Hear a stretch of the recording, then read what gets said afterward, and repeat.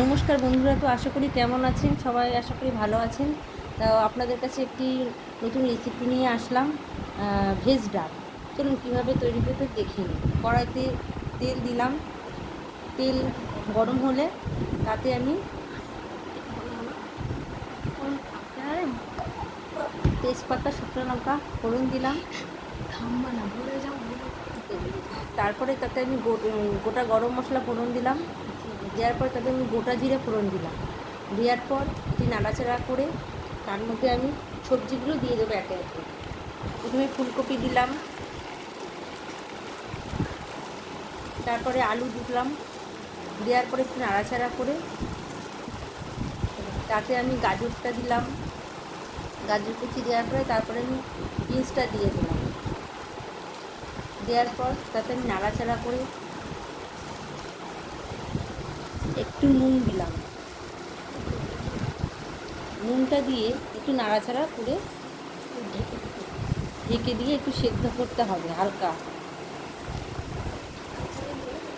তারপর তাতে আমি একটু হলুদ গুঁড়ো দিলাম। হলুদ গুঁড়ো দিয়ে তারপর নাড়াচাড়া করতে হবে। নাড়াচাড়া করে ভাজা ভাজা হলে তাতে আদা বাটা দিতে হবে। আদা বাটা দেওয়ার পর নাড়াচাড়া করে একে একে এর মধ্যে আমি একটু লঙ্কার গুঁড়ো, জিরে গুঁড়ো দিয়ে নাড়াচাড়া করলাম। করার পর ভাজা ভাজা হয়ে গেলে তাতে আমরা আগে থেকে সেদ্ধ করা মুগ ডাল, নুন হলুদ কাঁচা লঙ্কা দিয়ে সেদ্ধ করা মুগ ডালটা এর মধ্যে দিয়ে দিতে হবে।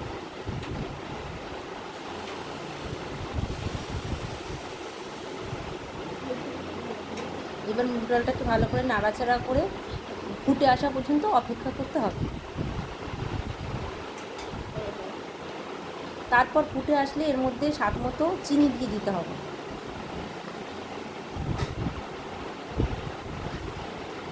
চিনি দিয়ে আবার নাড়াচাড়া করে কিছুক্ষণ রাখতে হবে।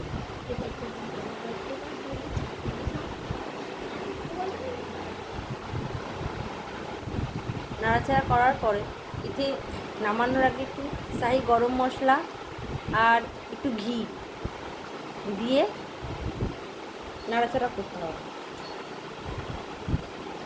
দিয়ে কিছুক্ষণ ফুটে আসার